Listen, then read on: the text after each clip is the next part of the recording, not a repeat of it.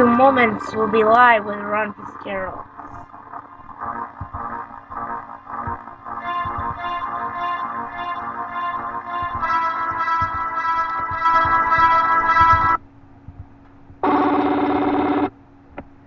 We're live in a second. Calling. Hello? Hello, hello. Hello, Ron? Hello, yes. You're live. What's up, buddy? Hi. How you doing? I'm okay. How are you? We're good. Good to go. How many? Get the show all rolling. So, how many people you have in your little cast? I don't know yet. I put the message out everywhere, and we'll have to wait and see who's coming in.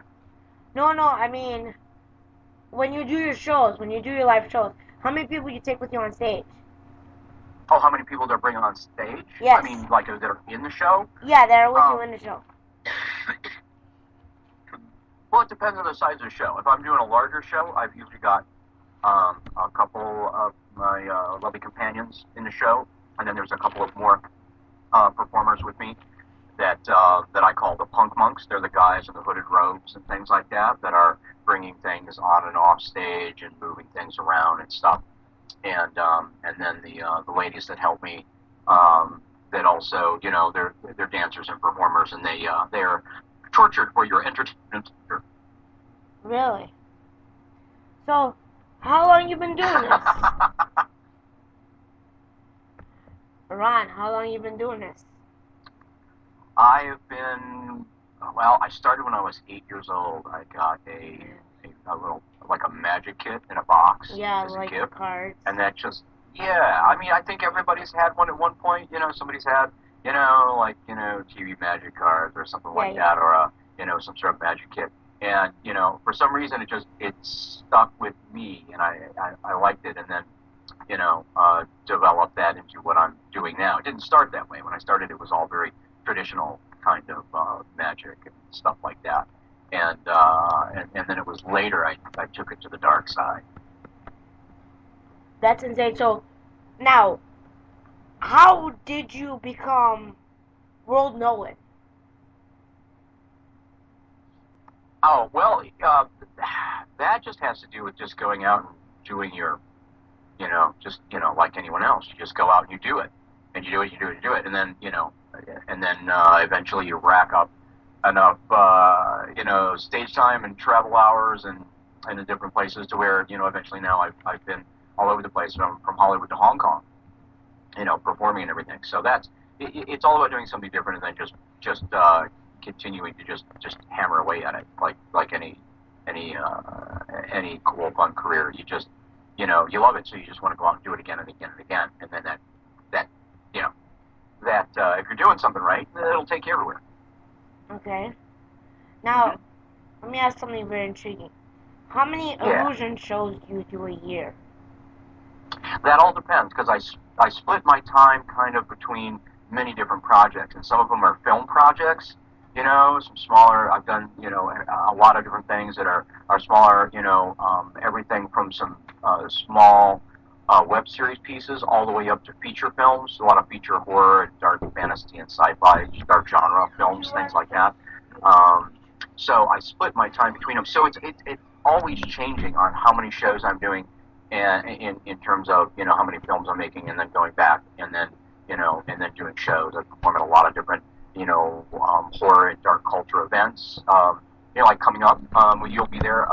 We've got Festival of Witch coming up in July on the 21st and the 22nd. The 22nd is going to be on stage at 8:30. Yes, exactly. And you'll be there. We'll both be there that Saturday, the 22nd. So I'll be performing, and I'll be there all day. I'll have a table. I'll have merch. You'll be vending. And I'll have copy. Yeah, you'll be there too. Yes, all of course. Day. Yeah, vending. You'll be right there with me. Yeah, I'll be there next to you. That's perfect. That's all good. So I'll have that because you've got a lot of cool stuff, and I'll have copies of my movie Dark Realm on DVD and T-shirts, photos, you know, other dark sticky fun. Hell yeah. And yeah, all good stuff. All good. I'll show you all my pictures. I have to download them on my phone and iPad and shit like that. Yeah. I could. Yeah, I like your pictures that you took in the cemeteries. They're really great. Yeah, I'm a ghost hunter. I've been doing it 19 years. That's what you were saying. That's very cool. Mhm. That's very, very cool. Yeah, So what? I like those pictures. So what brings you? Yeah. So what brings you over to the dark side? From the light side to the dark side? Well, I just always thought that magic, theatrical magic as performance was always kind of there. It's like when you take a look, and I always thought this. When I was a kid, I loved horror films and just, strange things, weird things, stuff that was out of the normal. Yeah. And comic books and all that stuff. So I liked all that kind of dark mystery and sci-fi and horror and things like that. But I always thought that, it's like you're typical, because when I started, it was like, tuxedos, yes, stuff like that. It was formal wear. It was very traditional. But I think the typical magician in, like, a black tux in a cave and everything looks to me to be very much like Bela Lugosi's Dracula. So that always seemed to be very similar to me. So I kind of took it from there, and I got to a point when I was a little older, and it was just I had a good friend, and he said that I was far more interesting off stage because of all the weird stuff that I liked than I was on stage, because it was a nice family show at that point, but it wasn't terribly exciting, and I wanted to entertain our contemporaries, and I wanted to entertain just a different audience, but that whole idea of just polite family entertainment didn't work for me anymore. I really wanted to explore something that was edgier and darker and more fun and just, and wicked fun. It's still fun. There's still a lot of humor in it, but the style completely changed. It took on kind of the darker goth industrial and kind of that sinister aesthetic and everything.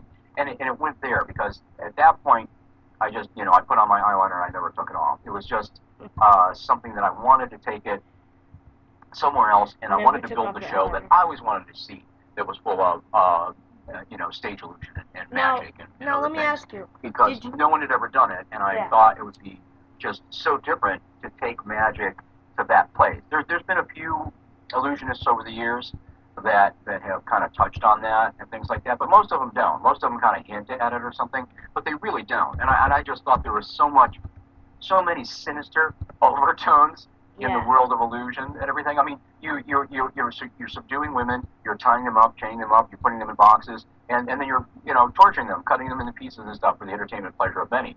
And they always were smiling and dancing around that whole thing. And I was like, well, that's just really very sanitized for everyone's protection.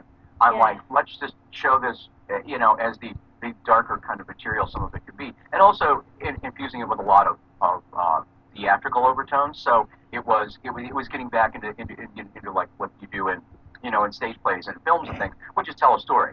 Things it can be small vignettes, and and really to just kind of at that point when I went to the dark side, approach it more like art, because before that I just approached it like it was a magic show, which is not necessarily a good thing. It's good for the magic performance part of it. Yeah. It doesn't make it that didn't make me a good entertainer, though. To be a good entertainer, I had to go off and discover myself and put myself into my show, and that's where that all emanates from. All of that comes out of all the my brain full of dark, sticky fun. Yeah. Yeah. That's cool. That's great. So let me ask you: Did you get the eyeliner tattooed on you? No, it's actually not tattooed, so I can take it off for certain film roles and things like that. But everyone thinks it is. I wear it all the time. Yeah. So it never really comes off until I have to take it off for do you wear the black polish? A certain role or something. Pardon? Do you wear black nail polish? Sometimes. Yeah, sometimes. Not all the time, not a lot, but I have. There's some times when I've worn it on stage and I've worn it for photo shoots and things like that. Now, do you wear any other kind of face makeup stuff? Well, I do. I mean, I'll pale out. I'll put on I'm a skinny pale white boy, so I'm pretty pale already. But then I'll pale out. I'll put on some base, and then I powder down for the lights and the camera and stuff like that. So I do. You add a little more. And sometimes we'll do something a little more, and depending on if it's a specific kind of show or a specific kind of, you know, photo shoot. And then certainly there's entirely different things, and a lot more makeup could be involved in some of the horror films and things like that. Now, let me ask you, where do you get your contacts from? Well, that's that's all. The eyes are well. Do you They're order not them? contacts. Oh, they're not contacts? Yeah, that's me. Oh, okay. Everybody thinks they're contact, and everybody comes up and says, "Cool, contact." And usually I don't say anything about it. But Oh, yeah, I got like 50 pairs of contacts. yeah, I like all the different contacts and things, all the different ones. But that happens to me. That's where that whole piece, that when I see the land of the living, the other the realm of that, because that's So, so are that's you all very much. so are you a Mormon or Christian? I do not subscribe to any Religion. organized religion. Okay. I am very much outside of all that. I cherry pick things a little bit. I like spirituality, but I take here and there what works for me, because I'm not a fan in any way of larger organized religious Yeah, because institutions. it's slavery. It's all controlled the human by the masses by slavery. Well, it is. It seems so many times when you get anything going like that, they want to control your lives and your brains and your money, and I'm not down with any of that crap. No, me neither. But yeah. I will say I'm Christian, but that's because I was baptized Christian. Anyway. Yeah. Let me ask you this. Well, to each his or her own. I'm fine with anybody, whatever they come to it, and however they come to it themselves. No. I just think everybody should be allowed to make their own choices in that too. So many people, come into their religions because that's what they were raised in, and that's fine. And there's a tradition aspect to that. But I think when it really comes down to your own, feelings and on spirituality and theology and everything like that, you should really make up your own mind on that and what works for you personally. So, but so that's but I'm cool with So let me ask you. What about Wiccan paganism? I'm a big fan of that. Actually, I like to. There's a lot of Wiccan and pagan friends, and I have. Me too. I have there's a large part of the following that likes me and what I do in my audience and everything, that is very much into Wiccan and pagan, philosophies and things like that. And I like that. It seems to go along with, because I touch on it, even though what I do it is theatrical, it's stage magic and everything. But the imagery that it touches the supernatural, and certainly magic with a K. It touches on that magic and everything, because that's all an inspiration for the look and the feel of what I do.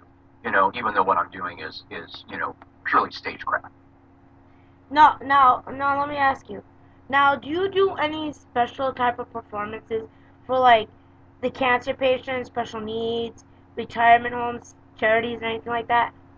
I've done charities and things before. I haven't done a retirement home in a long time. I did some retirement shows, retirement homes very early on in my career when I was a teenager. I did some retirement homes and things like that. It was really cool because one time I was in a retirement home and they really enjoyed, like, outside people being in to visit and bring them something fun and something to liven up their day, which is awesome. I've known some other people. I knew a singer and everything, and he took his shows around to retirement communities and stuff. Cool. Really cool. But anyway, it was cool then because there was a woman who came up to me and told me how much she enjoyed the show and everything. And she was older, and when she was a little girl, she got to see Houdini perform live on stage. Really? So it was really kind of cool that somebody had actually seen Houdini perform, got to see my show, and I was very, very, very. It made a big impression on me. I was very touched by that. I've been to a couple magical shows. I'm just telling you, those people were so fake. Yeah. You can tell what do right you there on think? stage. Do you like illusion shows and things like that? Okay, the ones that I've been in the past, in the 90s and early millennium, these people were so amateur, they were so fake. You could just tell, everything was just so fake. It was just like, I don't know. It's kind of hard to explain. It just sucked. No, I know what you mean. I mean, Magic gets a bad reputation because of that. I mean, just you say that's why I always bill myself as an illusionist or master illusionist or Gothic illusionist, Yeah. because if you say there's a magician tonight, it immediately says to everybody who likes edgier entertainment or cool entertainment or anything, that just says this is going to suck. When you just say we got a magician tonight, everybody just goes, oh no, that's going to suck. No, Because I trust and your that's show. and that's not always true, but it's all about it's magic is a lot of magicians and magic entertainers and magic performers are very very good at the magic. They're very good at that performing those whether it's sleight of hand or Yeah. close up or even a larger show.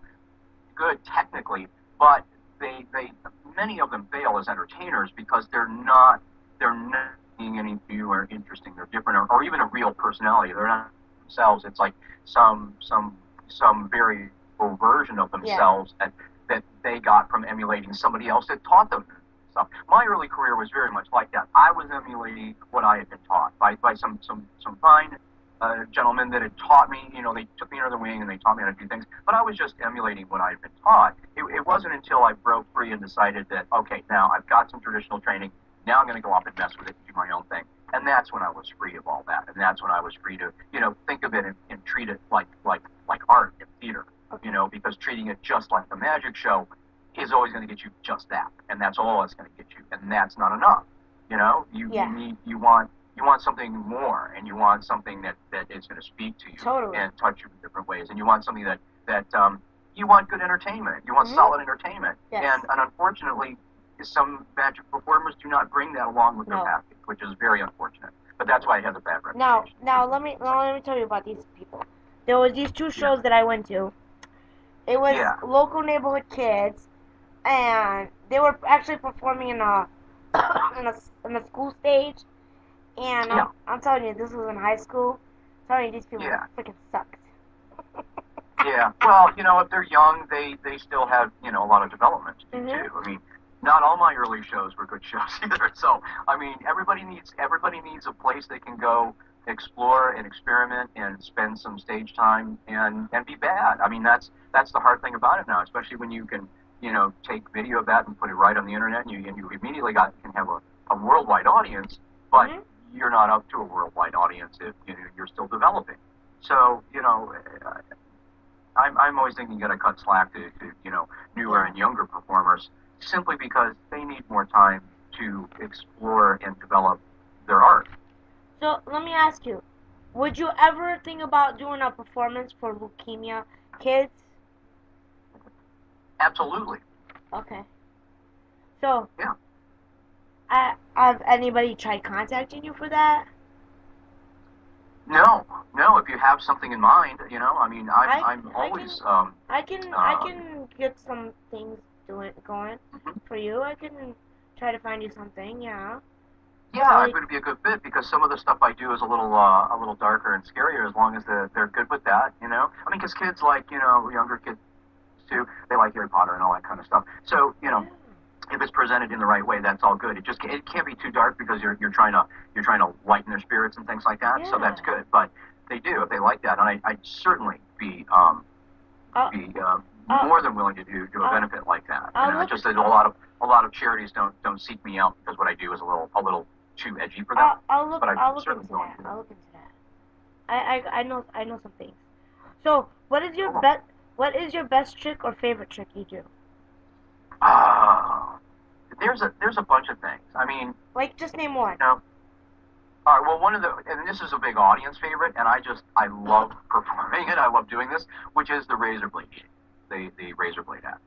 When you swallow the razor blade? Yeah. Oh shit! Doesn't it cut your mouth? Well, it does. In fact, one time I was doing it at a flashback weekend. I was doing a big show there, which I'll be doing again. It's coming up. I'm booked there again, August nice. 4th, 5th, and 6th. And Where? the 5th they're having a big party. It's their 15th anniversary. Where is They it? have Robert England there. It's going to be awesome. But anyway, the last time I was there, where is and I this was doing it, flashback? and I was doing the show, I cut the hell out of my thumb, Oh, shit. demonstrating that they were real razor blades. And I was bleeding all over. I had to stop and get a bandage from somebody in the audience because I was bleeding all over the props. Couldn't hang on to Yeah. anything. So yeah, they're real, and I do get cut. So where is this flashback place at? Where is this? That's going to be it's a hotel in Rosemont. But look it up, Flashback Weekend. They're all over social media. How much are tickets for and that show? they're on the flashbackweekend.com. So check out their website, and you can get your tickets now. Tickets are on sale now, and it's gonna be great. They've got a big lineup for the 15th anniversary. Huh? Big show, lots of cool stuff, and I'll be performing at the party Saturday night. Freddy Krueger. Yeah. Yeah. It's gonna be for Freddy Krueger. Oh my God, I'm gonna meet Freddy Krueger. I got Freddy Krueger. Yeah. I got Freddy Krueger Have you tattooed ever on met my Robert arm. Englund? He's No. so awesome. I met Wes Craven. Oh, that's very cool. Yeah. He told me this. Well, He told me a story about Freddy Krueger. I'll tell you that offline. So I got Freddy Krueger's tattooed on my arm. see? I love Freddy Krueger. Oh, well, you see, you got to do that. You can go in there. You should have Robert sign that, and then you can get the signature tattoo. No, I don't want to get the Yeah. Yeah. tattoo. I'll just take a That's picture cool. of it. You got a Freddy tattoo. Oh, yeah. So, what's the best thing about being an illusionist? I like being able to surprise people. I like it as performance simply because it's so unique in all the world of performance. It is like doing special effects, but doing them live. I've done a lot of horror films and things like that, and there are practical effects that are doing what they call in camera. It's happening right then and there, and they do it just like that. And then there are a lot of things that are, now all done with CGI, and either the effects are enhanced or entirely done with CGI now. So doing things live on stage that are really, live special effects, and then making that entertaining and being able to present that in a show that allows me to put out there my weird personality alongside all of these, Yeah. fun, cool, dark presentations of different things. And the music, everybody really likes the music, and everything. The music's really good. And What kind of music do you use? We're just now launching the soundtrack to the Dark Realm movie, My Housemaid at Dawn. Nice. And we'll be doing a Kickstarter for that soon, too. And if you go look on the pages on social media right now, especially on Facebook, there is a sampler video that just went on the cover art for the album, as well as the as little sound samples of all 17 tracks that are included. Hold on, I gotta interrupt you. Everybody who's listening in right now, there's a chat box. You can come in chat box to ask questions, or you can call me right now. My cell phone is open right now. 224-310-8076. 224-310-8076. Call right now to ask Ron some questions. Okay, Ron. Thank you. Yeah, that'll be fun. We'll see who dials in. Yeah, we'll see if they dial in. Usually nobody really dials in.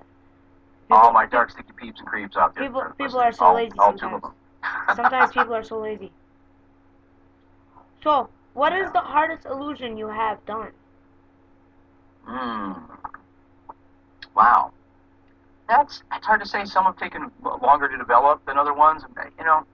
They all have their own peculiar things, that require some time and things. I mean, and in the past, I've done some water escapes. I've done Houdini's milk can water escape and things like that. That was difficult. There's a lot of training and everything involved, and you're locked in a tank of water. So that just, the first time you go down under the water and they put the lid on, it just messes with your head. Yeah. It is just, you're down there, you're surrounded by water, and the lid goes on, it goes dark, and every cell you own just goes, get me the hell out of here right now. Yeah. Because, you're not supposed to be in there, and that it's dangerous. You're going against your own human nature just to do it. So there's a big psychological factor, and there's actual danger, even just in the preparation of doing that illusion and training for it. It's just flat out dangerous. The razor blades are like that, but less so. I mean, you can certainly cut yourself. You can mess yourself up good doing that, but at least you're not locked and submerged, and you're not worried about running out of air and things like that. So there's different things with different degrees of difficulty, and other things that require lots and lots and lots of rehearsal. And things I really can't even tell you what that is because you're not supposed to know. But there are things in the show that have required, really, years to develop and get to the point where the performance is as smooth as it is now. And you're always in anything that can be a mechanical prop, things like that. I mean, props break, things go wonky, they go off the rails. something can be a little off and it might not work properly. And you've got to, you learn how to, maneuver through and around problems like that with things like that, which is not terribly often, but it does happen. And things is a physical problem can always break or something can go wonky. So there's things like that. It all depends. Everything has its own peculiar different piece. And when you're doing stage illusions, then it's not just my performance, but I'm training and working with somebody else that then has to know their end of it as well, okay. because they have to maneuver themselves around in some very all boxes and other things like that, wearing some eccentric and revealing costuming and things like that. So it's always really interesting. I worked a lot with Lady India, who does tribal belly dance and everything. Yeah. There's an illusion I do. You can see her in the dark. She's in the Dark Realm movie. She's one of the cast there. And we do this illusion where she, now I have this, it now looks like the Hellraiser puzzle box, and, I produce her out of that, and she comes out and does some great dance.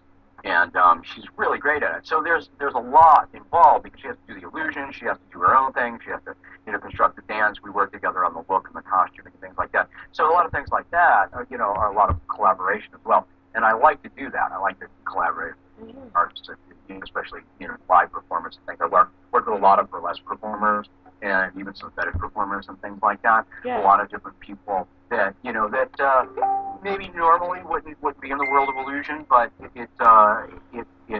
it meshes really well, and it's a nice collaboration. Because I'm used to collaborating with a lot of people through film work and everything, because making a film is a huge collaboration, like Dark Realm was, all the different people that take the stage show and put it in with a horror film altogether. Wait, tell me about that movie that you're working on right now. Dark Realm? Dark Realm was out. Are you talking about the one, which one are you talking about right now? Right now I'm working on a movie called The Devil Frame. Yeah, that There's one. a little bit left to shoot on that. Yeah. You're Raymond Pizza.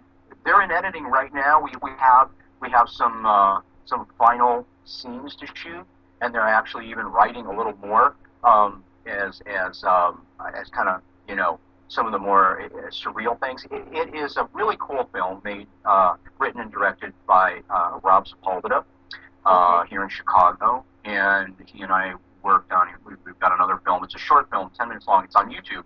You can find called Year of the Ox. Go find that. It's kind of this almost a Blade Runner feel to it, and it's got a very big Asian influence on the film. It's very cool. You can see that on YouTube. But we did that together, and then now we're working on The Devil Frame, and that is about ritual voodoo magic set in the high-end art world. And that's really cool. It's a fascinating, idea of blending those two things together, and how this artist is using, ritual magic and voodoo to further his career. And and it's really interesting how that happens. And then it's got a nice surreal edge to it. So this kind of goes back to some of those kind of occult thrillers from the 70s and 80s and things like that. Yeah, it's really cool because they really don't make a lot of films like that. And I can't wait to see how it looks, especially with its surreal imagery and everything on it. Okay. Now let's get into some fun questions. Okay? You ready? Yeah. Yes. Okay, now it's kind of a little bit personal. You don't have to answer if you don't want to, but it's a fun question. The weirdest place you first made out with a girl in? Wait, the weirdest place I first what? Made out with a girl.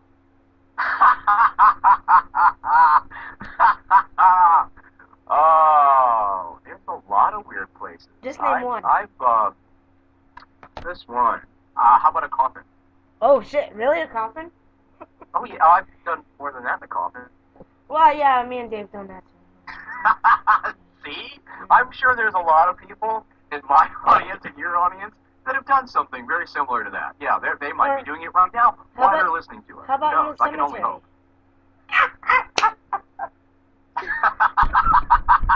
Oh shit, on top of a person's grave. Damn, that's fucked up. It is, right? Yeah, it is. And there's people that do it, man. Oh my god. Now, I know some very, very naughty people. Yes. Oh yeah, there are I'm naughty sure people. some of them are listening. Oh yeah, we've got caught a couple times on fishing trips. Yeah, I'm not gonna talk about that. Mm-hmm. Yeah. So, which one of your cast members would you trade Twitter accounts with for a day? One of my cast members would I do what with? Trade a Twitter account with for a day. Will do what? Okay, let's just I'm say not understanding the question. you have a Twitter account. What? Do you have Twitter? Do I have Twitter? Yes, I do have Twitter. Now, which one of your friends would you trade Twitter with for a day? Would I trade Twitter accounts with for the day? Yeah. Hmm. Um.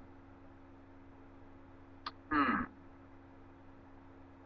Not sure. Maybe I have a friend and she has a band called Jet Noir, and they have two tracks on the Dark Realm soundtrack, and she was doing horror blogs, but she's a big model now in the UK, and her name is Anastasia Kober. I heard of her. And yeah, she's very blonde and pale and takes some amazing photos.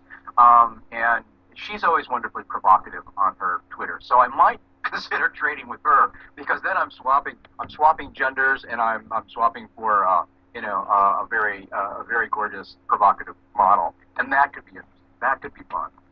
I'd probably get her in all kinds of trouble, but it would be fun. Oh, okay, that'd be cool. Okay, now here's a tough question. Yeah. What's your favorite food that's terrible for you? Oh, my favorite not so good for me food? What Yeah. would that be?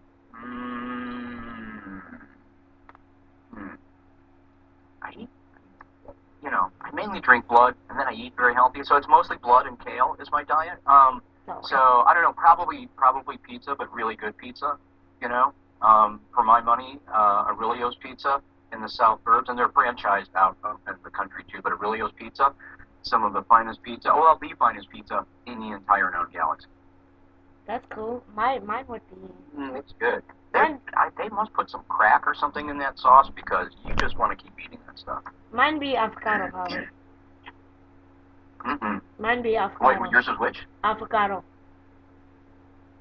Really? Yeah. Yeah. Terrible for my stomach. Ah, good stuff though. Yeah, I love avocado though. They're very healthy for Mm-hmm. you. So, if you could live in any past decade, which one would you live in and why?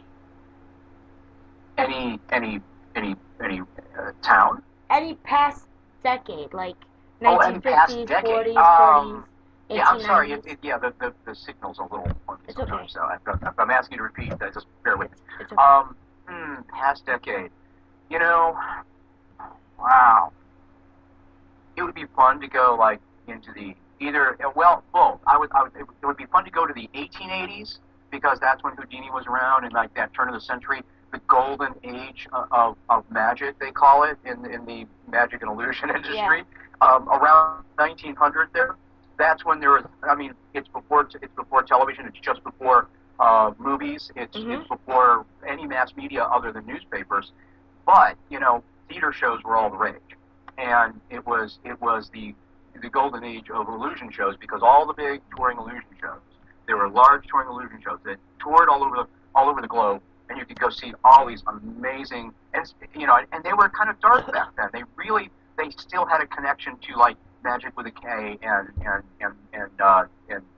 the suggestion of darker forces behind them. So it was really way more fun. So I would love to go back in my TARDIS and travel back to the 1880s and watch as many of those shows as I could. And then I would fast forward into the 1980s because that was just a good time. And I would take in some David Bowie concerts and stuff and some other things. You like David Bowie? You're a fan of David Bowie, huh? Oh, I'm a huge David Bowie freak. Yes, Yep, yeah. me too. I'm still not right with the fact that he is Nope, gone from nope, the planet and nope. the Starman is coming back Yep. to the stars. Yep. You know? I was a big fan of David Bowie.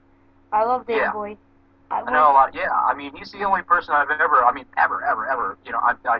put a tribute piece to him in my show called Moondust.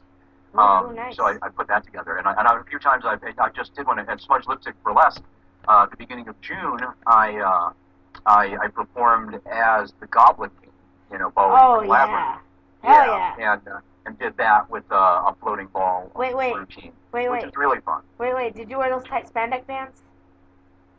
Did I what? Did you wear the tight spandex pants? Oh, you know I did. Yeah. You can get pictures of it online. You can go see it, Really? and everybody loves the Bowie bulge. That's the whole thing about Labyrinth. They should have gave it its own credit. In Labyrinth, David Bowie and the Bowie bulge should have got his own credit. Wait, no. Movie. I was 8 years old when my best friend Beth introduced me. Well, not friend anymore. Introduced me to that movie Labyrinth. She bought the VHS over to my house. We popped it in a VCR, Oh, yeah. and it was in 1988, I think, or 89. And she put Yeah. it. We were watching it. The only thing that got me into him really was his hair and his voice. I didn't care about the Bowie Oh, bulge. yeah. I really didn't understand, sexual parts back then. So Yeah. kind of like. I liked his lyrics, and I liked his topics of Mhm. of isolation and Mhm. being in things like that. It really, yeah, his work always spoke to me, and I really liked it. And even though some of the music sometimes wasn't actually as dark as some of the lyrical content, which was really fascinating about Bowie as well. Mhm. But yeah, I mean, all of that. I was just always a Bowie freak. Ever since I had discovered him, I was always into that, because he was always doing different things. He was changing the look, and it was just, it was almost kind of, really almost everything he did was a different kind of art rock experience, Yes. because he was always willing to throw everything out and go and do something new, and that was really fascinating. And And I liked his movie work well. It was one of the things that inspired me to cross over and do horror films and stuff. Watching somebody who was, very established in the music industry, and then cross over very successfully into his film roles. So that was something that kind of inspired me. That when I got offered, to do horror films in the beginning, simply because the directors, knew me and they liked my look and what I did, so they knew I would translate into that well. And thankfully, I studied theater and acting in college, which was for my show. I wanted to just go into acting, and then later it presented itself in since Are you still there? Hello? I lost him. So we'll go see my show, the stage show. Ron, hold on. Yeah. Yep. So David Bowie was an influence to you. Big influence? Yes, big. And in fact, it even says in my bio that I am more inspired by David Bowie than David Copperfield, which is not a knock on Copperfield. Copperfield's the most successful illusionist out there. Okay. Now I'm just coming from the whole place. Yeah. Now let me ask you more fun questions. If you can cast a real spell in real life, what would you call it? If I could cast a real spell. Yes, what would you call it? And what kind of spell would you cast? What would I call it? And what would you cast? What kind of spell? What kind of spell and what would you call it? I like the idea of manifesting things. I like the whole idea of kind of, and I guess it gets back into manifesting, bringing things to you that you want to bring to you, and being able to bring them in. Yeah, I guess kind of, in the way the law of attraction and all of everybody, that caught on so big with that movie, The Secret, and things like that.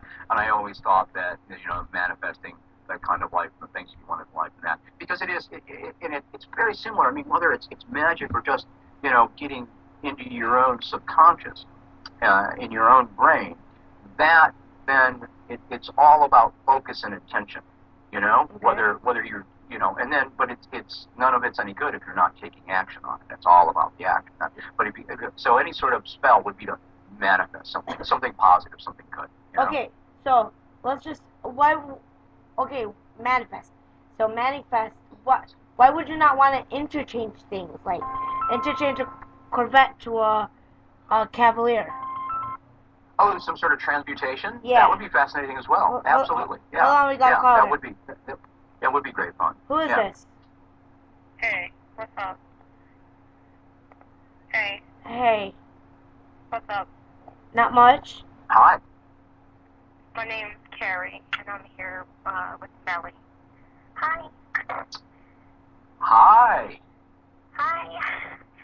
Yeah. How are you guys doing Carrie tonight? and Melly, what's up? Excellent.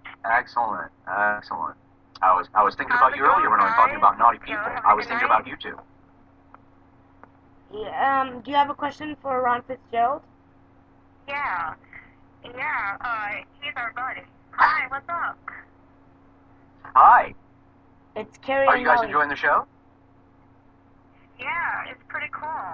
Yeah, I like your show. It's pretty awesome. Thank And you. then you can say fuck up. Yeah. Mm-hmm. What are you guys doing tonight? Yeah, we really like your show and stuff. It's really cool. Mm-hmm. Okay, thank you guys. Okay, thank you. Thank you for calling in. Bye. Have a good day. Bye, guys. Thank you. Thank you. Hello. I don't know who. Do you know those people? Yeah, I do. Yeah, they're, Okay. they're very good friends of mine. Yeah. That's cool. Callers are calling in. See? Nice. Pardon? Callers are calling in. Carrie and who? Carrie and Melly. Carrie Miss and Melly Melly. Monster. Let's Yeah, send a Melly shout out to them. Monster out there. Yeah. Carrie and Melly from Mississippi. Mm-hmm. Yes. They're down in New Orleans. New Orleans right now? Yeah, it's all spooky and good down there. I was hanging with them for Mardi Gras, actually. Really? Mm-hmm. I went I'm to. going to see them very soon. They're gonna be here in a couple of days, actually. Oh, that's nice. Mm-hmm. Yes. They're No, coming in for my birthday later this week, so. Oh, you know, we're happy planning birthday. Weirdness. Happy birthday. Did you hear me? Yes. Yeah, I have.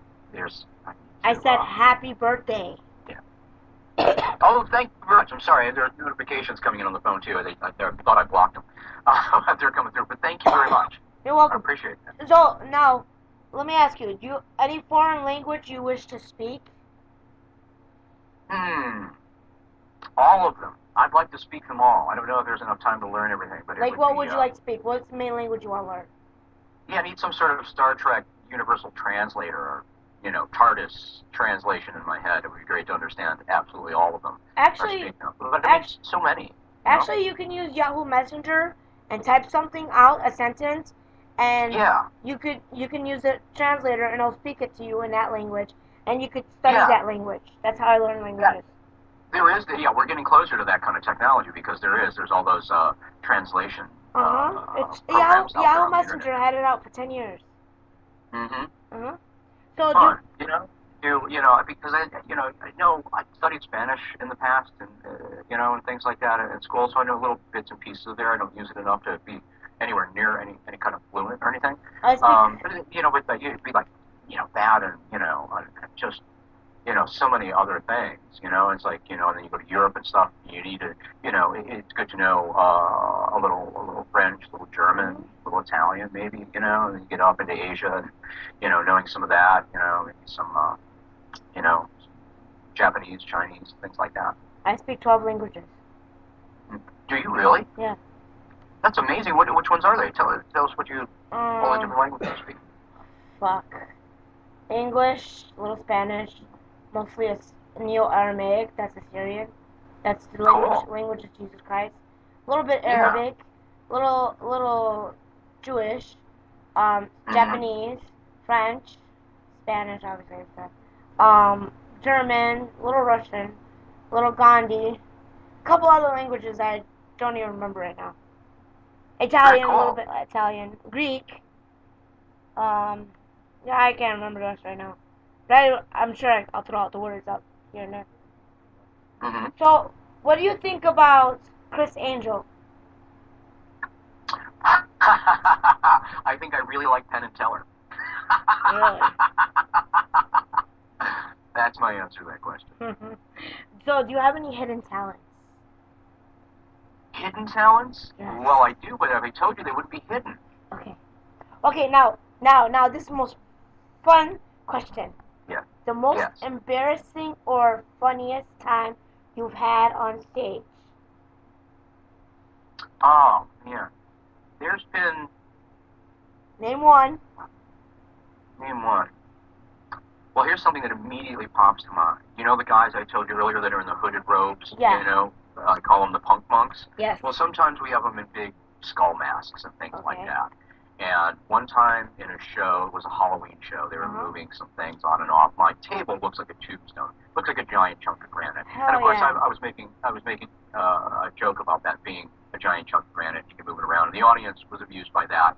And then I was playing with the audience many times, and I was talking to people down in the front, and in a little.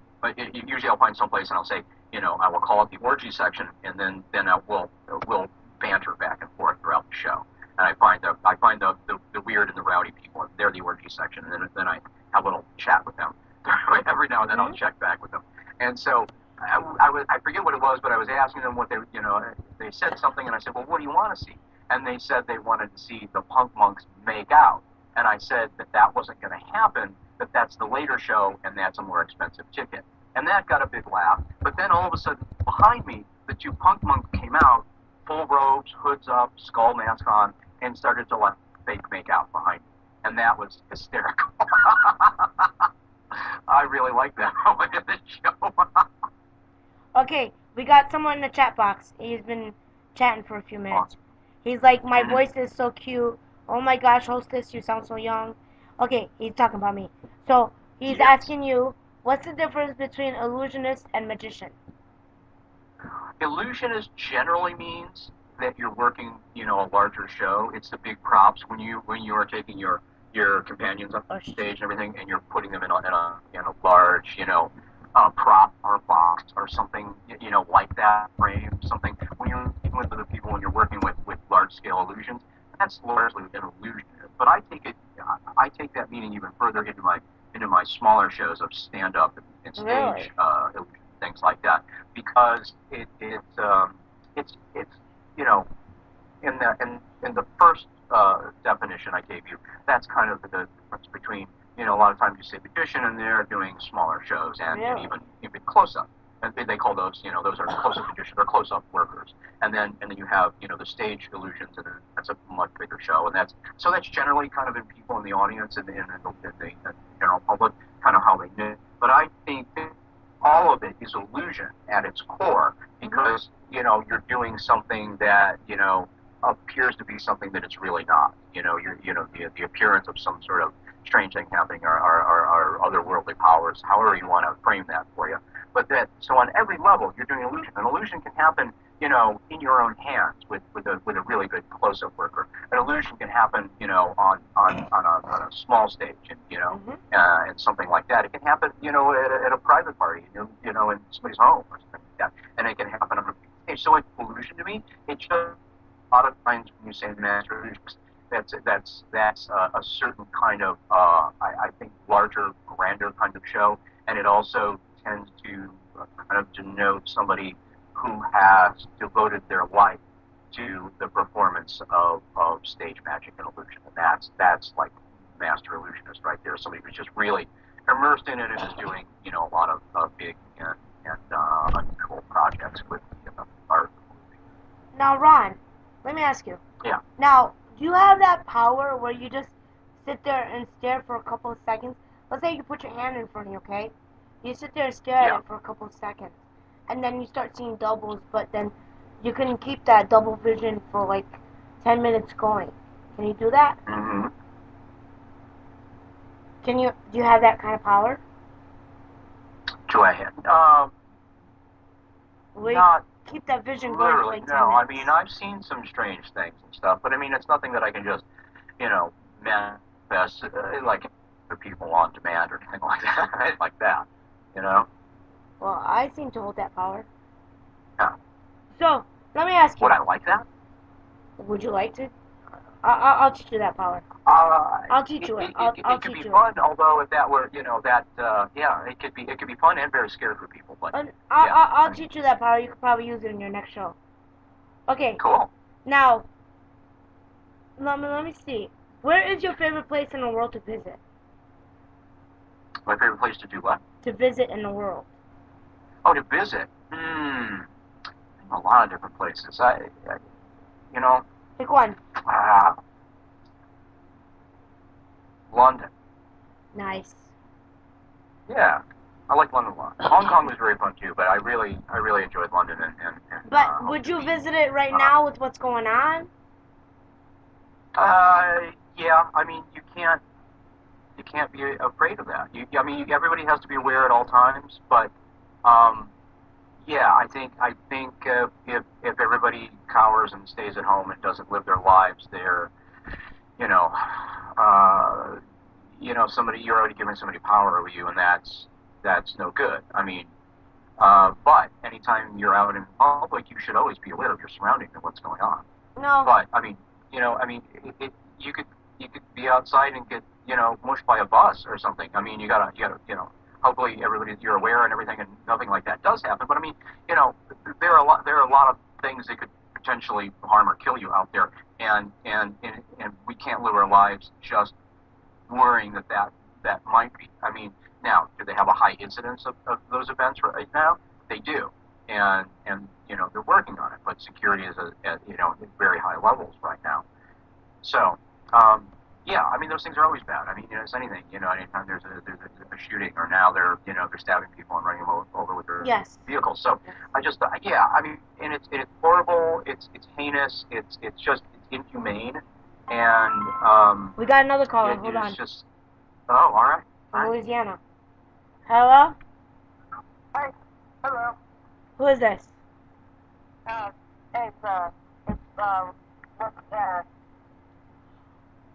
this is Miss Fitzgerald still on the air, right? Yeah, we're on air. Okay, cool. Hi. Hi. Hey. Yeah. Seeing our friend, and I'm sorry if I sound like I'm very awkward right now. I just got off of work, and so I'm kind of tired. That's all right. How you doing? I'm doing all right. How about you? Good. Good. Yeah. What's going on? Did you have a question tonight for anything? Well, I had a question. It just flew out of my head. That's all good. It's all good. What's your name? Well, you can go ahead and call me Lucky. Loki. Loki, right? Loki. Yep. Loki from Louisiana. Nice. But it's, Loki's very cool. I just, Yep. Yeah, I'm sure she is. yeah. I have a question in regards to a show coming up, but I think that'd be better more for like a private message because it involves a. Well, that's fine. I mean, you can ask me about upcoming shows if you want to ask me. Do you want to ask about one of the events? Because there's another one I haven't even mentioned yet. I mean, after Festival of the Witch, the next weekend's going to be the Dark History and Horror Convention at the Wyndham in Urbana, Illinois, and that's the following weekend is then Flashback Weekend. But right there in the middle of those two events, there's 2 days. The next weekend, isn't that the 27th, 28th? Yeah. Yes.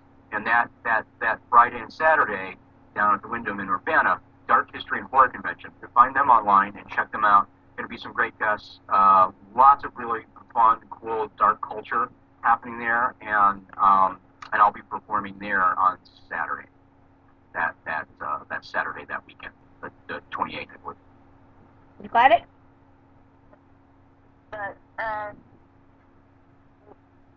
Yeah. You have a more specific question about the event or the show or something, or? Yeah, I'm just wondering about the.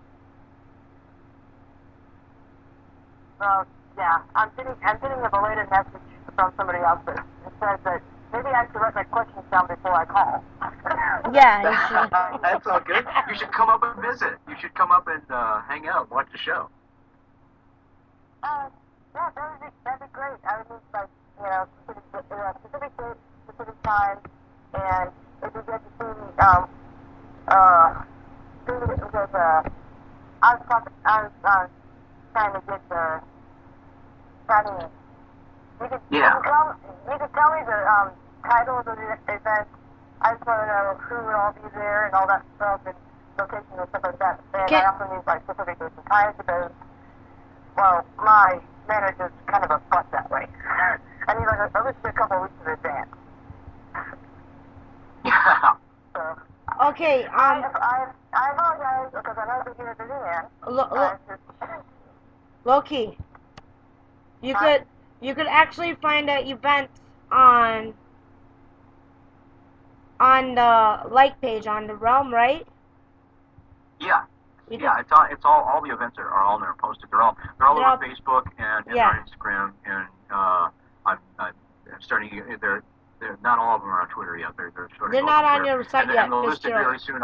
We're filling in the calendar on we just redesigned FitzgeraldRealm.com. So Yeah. if you want to go and sign up for my email list to get notifications on events like these, and also there's a store for merch and anybody looking for information on me to book me for something, go to FitzgeraldRealm.com. And if you want to know anything more about the movie Dark Realm, there's DarkRealmMovie.com. Both there, you can check those out. The trailers out there. There's stuff on YouTube you can check out. And remember, I want to make sure that everybody knows that the Dark Realm now is on Amazon Video, so you can look at it there. And if you are a Prime member, it's on Prime. So as part of Prime, if you're a Prime member, you can watch it for free. So go check out Dark Realm on Prime. And one of my other movies, Magus, is on Amazon Video as well, where you can stream it. But it is not part of Prime. So, but Dark Realm is in Prime. So check that out. Got it, Loki? Yeah, Send me a message, and we'll chat more. Well, I can give you more detailed information. It's a little hard to hear you on here with the extra phone connection and stuff. Yeah, that's sorry about that. Down here in the phone, Yeah, kind of hard to get the reception. but thank you for calling in. Thanks for checking in tonight. It's good to hear you, Loki. Thank you. Good to hear you too, sir. Bye. Hello. Hello? Yeah. So, Yeah. now let's go back to the illusion term. Now see, Yes. now look, let me explain illusion in another term, political term, or government or whatever. Okay, see Yeah. now they took the word context, Allah, they took that context out of terms, because Allah means God, Lord, Jesus Christ. It means a Savior. That's what it means. They took it out of context and put it towards Islam and the Muslim and terrorists. Do you see what I mean? Well, yeah, they put the whole idea of word.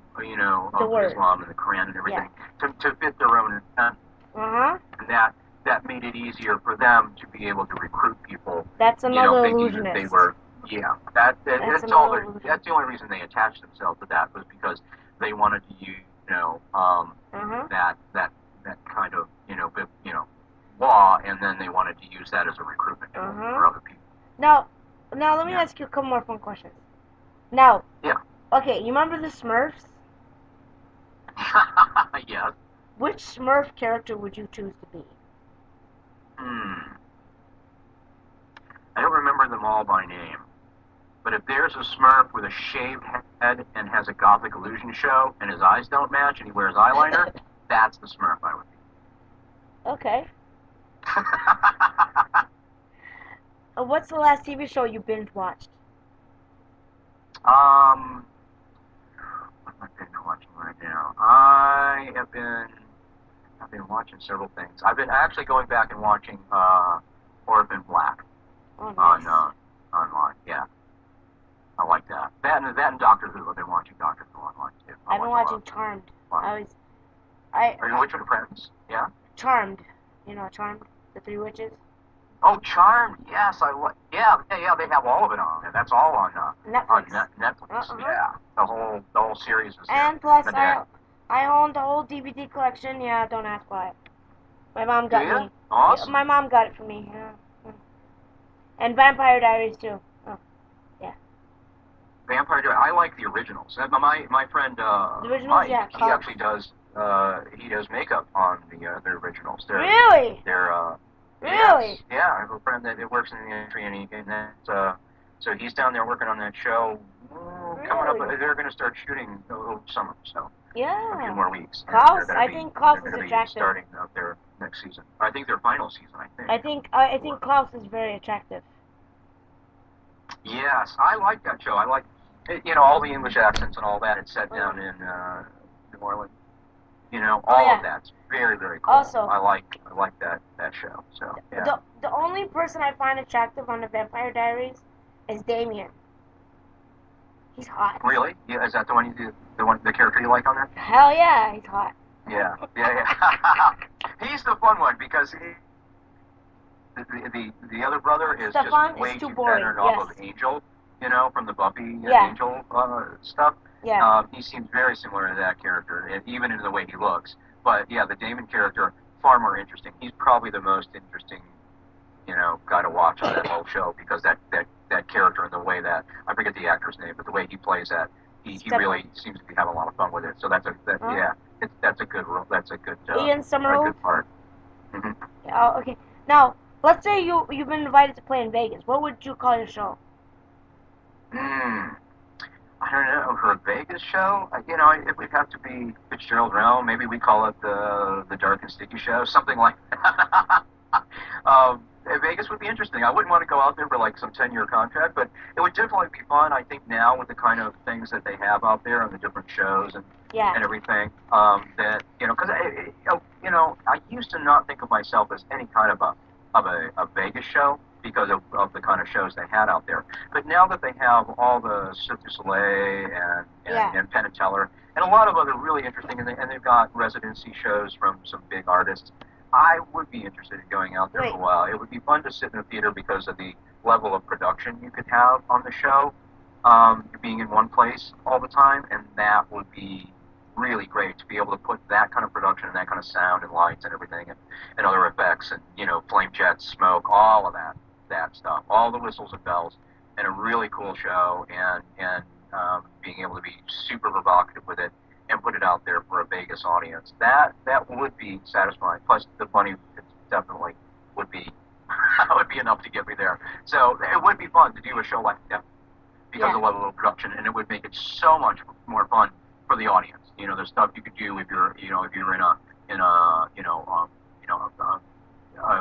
theater where you're not trucking, you don't have to everything where you're going to all break down and put in a trailer and put the cast on a bus and move it around. You can just go in there and sit in a big show full of lush production and sound, and that'd be freaking awesome. Yeah.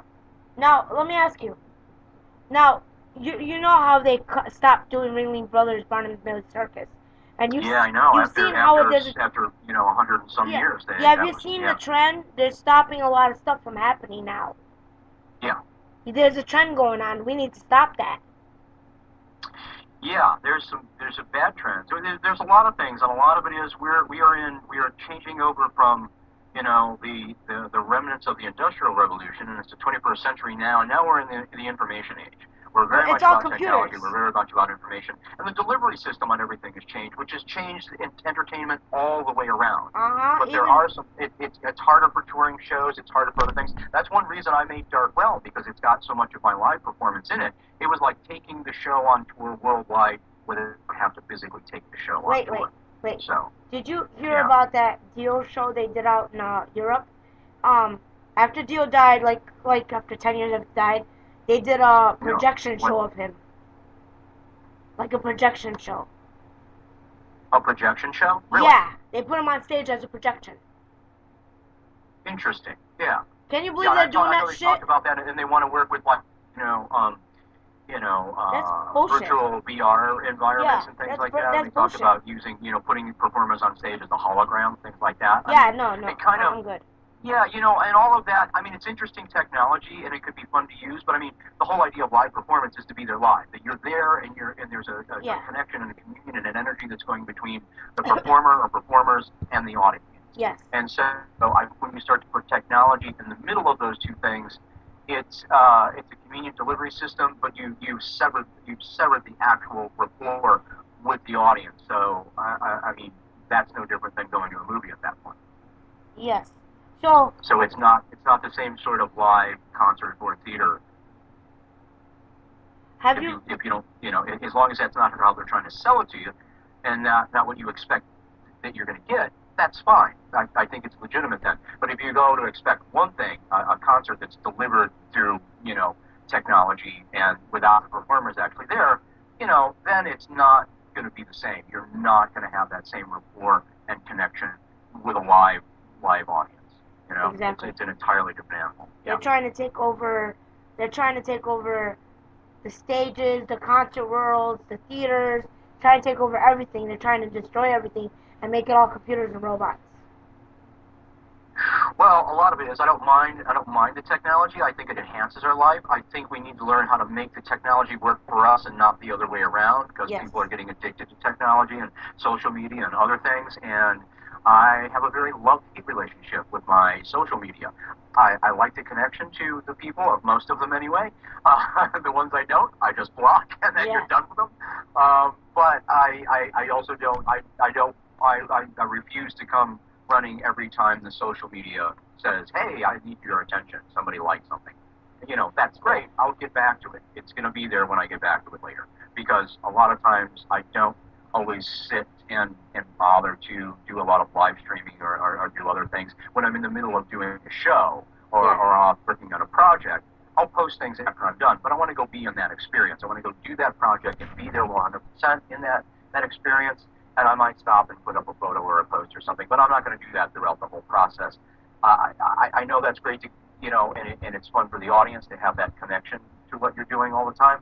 Yeah. But I don't think it's fair to the people that you are entertaining or working with at the time to take yourself out of it that much. So the technology should work for us, not the other way around, and that's what we have to do. I don't think a lot of social protocols and laws and ethics have all caught up to our use of the new technology, because the technology is raging on much faster than we can adapt to it at this point. So I think that is part of it. You know, it's like everybody, you know, it's like, you know, the entertainment, it just kind of crap. Yes, I agree with you 100%. Now, Ron, are you still there? Yes. Well, have you ever written any books? Have I ever written any what? Any books? I am. No, I've contributed to books.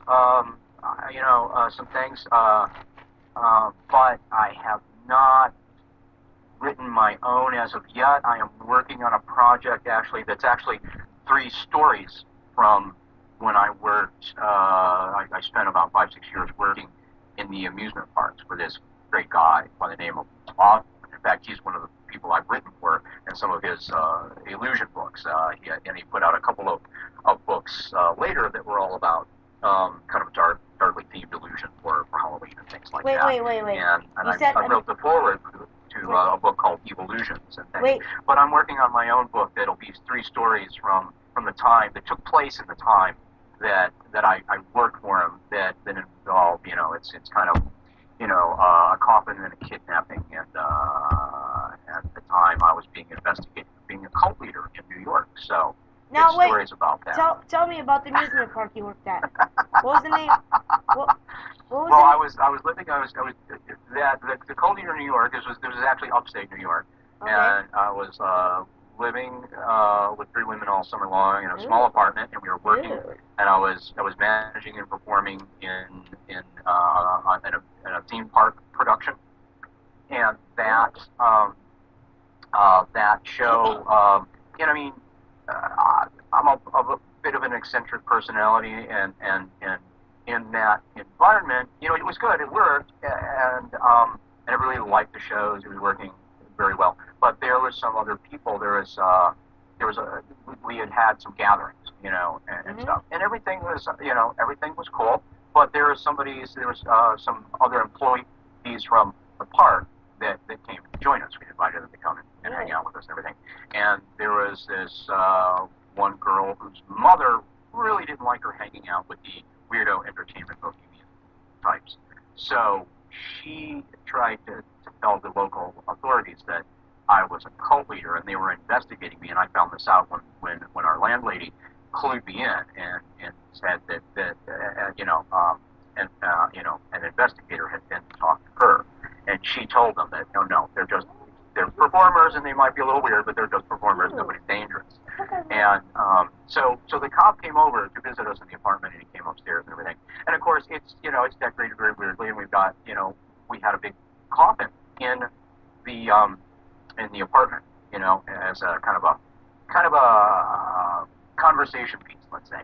But you know, the cast and the rest of us they were all very fascinated with it. My girlfriend and I had actually brought it out. It was a problem for my show, and we had it in there, and everybody was taking turns sleeping in it. and things like that, because it was just, a weird kick and an experience for them. So they were taking turns sleeping in it. We would all kind of, enjoy the coffin. So when the cop was up there, he saw that he got the idea they were just, performers and eccentrics, and everything was fine. And he was even fine with the coffin, and he mentioned it and everything, but he was very weirded out by the fact that we were taking turns sleeping in it. He could not wrap his mind around the fact that anybody would ever want to do that. He's clearly not a horror fan, clearly not a vampire fan, or had much of any taste for dark culture or anything like that. So he was pretty weirded out by that. But anyway, it's a good thing he didn't know what else we were doing with it. But anyway, he finally left, and they left me alone after that. But they were asking other people that knew us through work and had met us and everything, if we made them stare at our eyes and made them eat raw meat and things like that. Just lots of weird, things that, people in cults would do to control, your mind, your thinking, things like that. Yeah, it was a very interesting, very weird time. They had pulled me over and just for no reason at all, and searched my vehicle and everything, and then they said they still didn't, and I know not to mess with those guys, so I'm not gonna, mess with the cops. So, I cooperated. I was fine. I thought it was BS, but I didn't mess with them. And then they said they had actually told my landlady this. They said they found me to be even more untrustworthy. That they didn't trust me because they didn't believe me. They did believe me, but they said because of the fact that I was so cooperative, they were more suspicious of me. And I'm like, you can't win with these people, It's just like, all right, just come on over and we'll talk, and you can, take a look at the golf and everything. Ron. So it was a very weird time. Ron, I'm going to interrupt you on this. Now, when you said you lived in New York with 3 girls, now that just hit me. Three's Company, but you're Four's Company. And then you mentioned your landlord. It kind of reminded me of Mr. Furley. Ah, that's funny. That's it was a little like that. Yeah, my landlord, my landlady, she was very cool. She was very much into healing arts and did Reiki and stuff. Yeah. She was very, very cool. She was like a hippie. And then of course the 3 ladies I was living with, we all worked together in the shows. They were a couple of friends and performers, and my girlfriend at the time. So let me ask you. So it was a little bit of Three's Company, I guess, going on. Only in a much darker, sneakier, weirder way. Yeah. What's the biggest gig you've done? Well, just audience size wise, I was part of Mancow's Carnival of Chaos. Really? And he had, the headliner was Kid Rock, and I was one of the opening acts, one of the acts they put on just before Kid Rock went on and everything. And it was a sold out crowd at the Allstate Arena. It was, what is it? I think it holds about 28,000 or something like that. What year was this? So that's probably just audience size wise, live audience size wise. That's one of the largest. Some of the other, really notable ones is, of course, the Hong Kong Halloween Festival. I got to spend a month in Hong Kong entertaining. So those are a couple of big things. I've also another really big gig, another concert thing where I was, alongside music was I'm the only illusionist to ever close the second stage of Lollapalooza. Yeah, tell me about Lollapalooza. Well, it was cool. It was actually very hot. It was roasting hot. They were running out of water. They were sold out. It was packed. It was crazy. It was hot, and it was the worst of. It was a good show on the main stage, but we weren't on the main stage. So it was booked by this club chick from LA, and she was touring around with the show. Metal Santas? So they, I get, and it was a big messy thing to get, done. But it got done, and it was like, my point is, it was the worst of like an outside like amusement park show. It was the worst of a club show, all rolled into one thing. Wait. So wait 1 second. Was the club chick's name Metal Santas? What's that? Metal Santas? Oh, Was that her name? I can't remember. I don't know if that rings a bell or not. Was she skinny? Skinny Spanish? She was. Can't remember. Do you know what she looks? She was an attractive blonde, and they had a very, very clubby. It was all. Yeah, there's a couple. I have a couple friends from LA. For club work. Yeah. I And she was nice enough. She was cool, but she was disorganized because they were not giving her all the information she needed to organize the performances. Yeah. And so when we got there, for being a really big show, it was, and this was before it was just settled here in Chicago in the park. It was still touring at this point, and it was, from my end, on the not, I'm sure it was fine for everybody on main stage and things like that, but for the rest of the performers, it was a bit of a nightmare. It was very messy. It was awesome to be there and close second stage in Lollapalooza, especially for somebody who was not, a music performer. That was a big deal, and it was great. But it was, once we got there, it was a constant battle to get it all together and on stage and do the show for the audience. And once I was on stage and we were doing the show, it was awesome. It was a great time. And we played a huge at Lollapalooza, which You still there? it was really great. I was watching something other than music, although we have really good music content in the show. Mm-hmm. So it was good, but man, it was a pain in the ass. It was one of those gigs. It was a complete pain in the ass, but looks great on your resume. Yeah, wait, okay. That's what it was. No, I got something good. Tell me about the supernatural comic book series, Haunted Tales of Bachelor's Grove. Yeah, well, when you were talking about your ghost hunting, for 19 years earlier, and you sent me some photos earlier, really nice, and some of them from Bachelor's Grove. I am in a comic book series that is coming out right now. In fact, I should hopefully have the first copies of the first issue, at these upcoming events, starting with Festival of Witch and everything. And that, by the way, will be by, what is the name of the venue? It's in Berlin, and it is...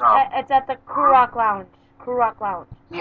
Yes, at the lounge. Okay. So that's where we're going to be. Go online and find out. But anyway, I'll have copies of, it's Haunting Tales of Bachelor's Grove, and it's put out by Silver Phoenix Press Entertainment, and Charles D. Moussant worked on it, and he's like the producer of that. And my friend Brian Morris is a writer on it. Hi to you guys if you're out there listening, because sometimes they are listening out there. And yeah, so it's a really cool, and it centers around, which might be arguably the most haunted and one of the best known haunted cemeteries in the entire U.S. Wait. I'm gonna argue with you on that. I'm gonna argue with you on that. I'm a ghost hunter. It's a great. It makes that claim, but it is. I know you've seen some other ones. You've seen a lot. There's more haunted, more very disturbing cemeteries in Illinois. There's an Ox Sable.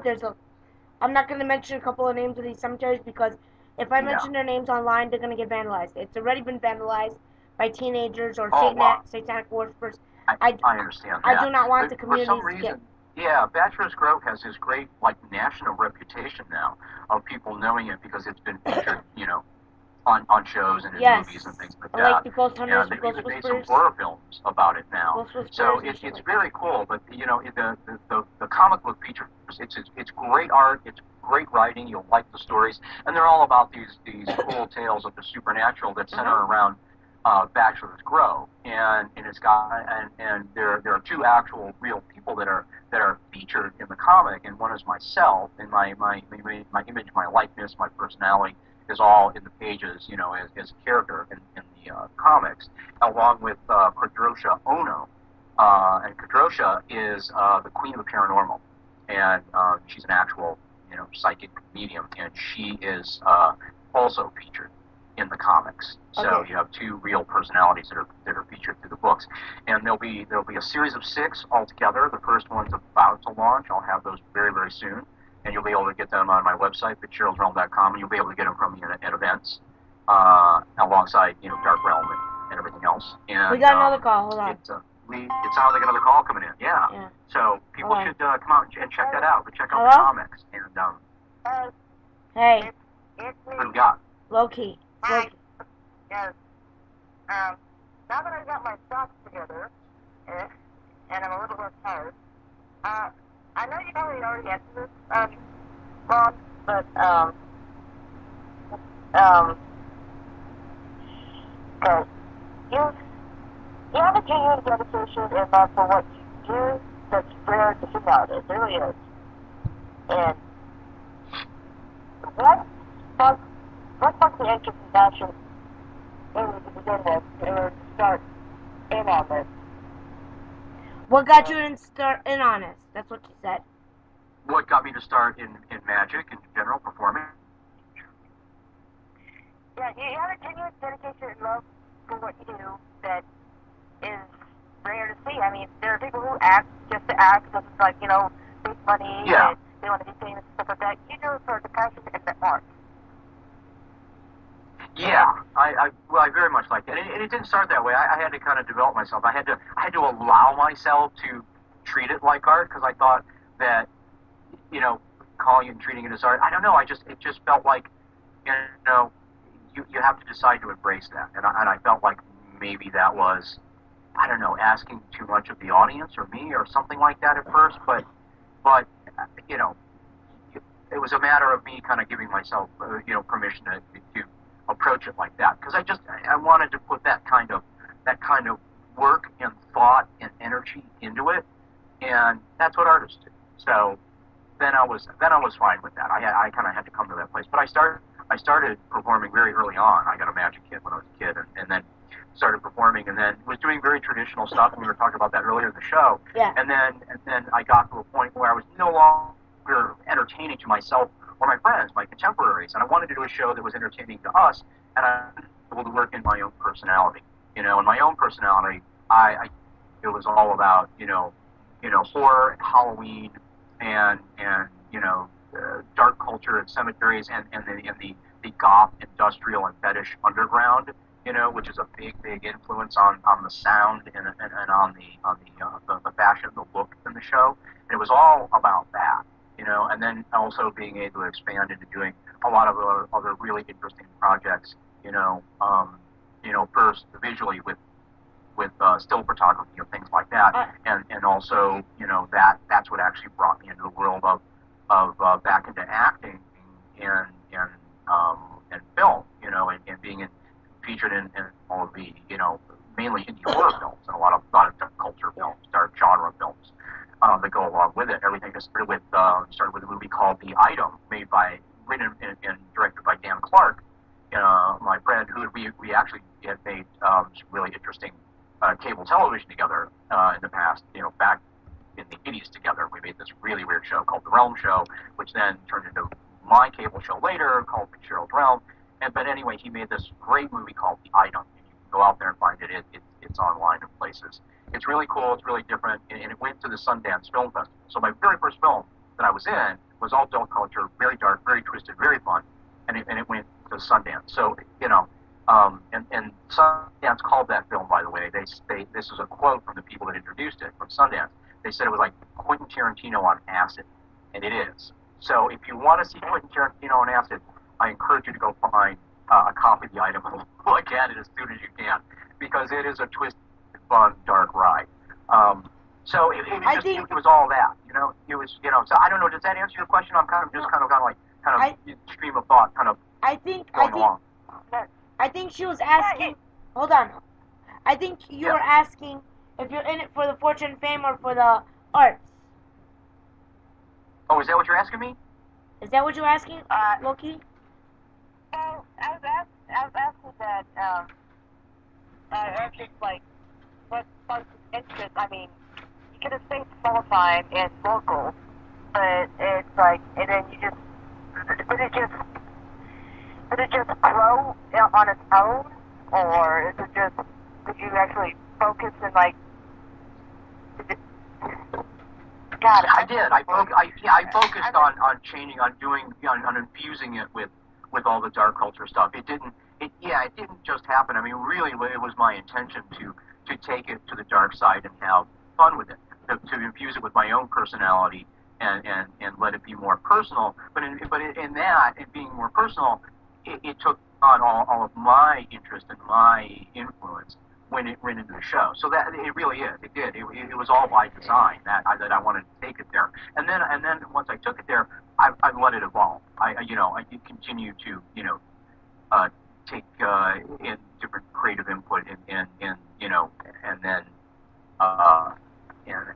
take that kind of same care and putting it into the show, into the presentations and the music and the fashion and just the whole thing.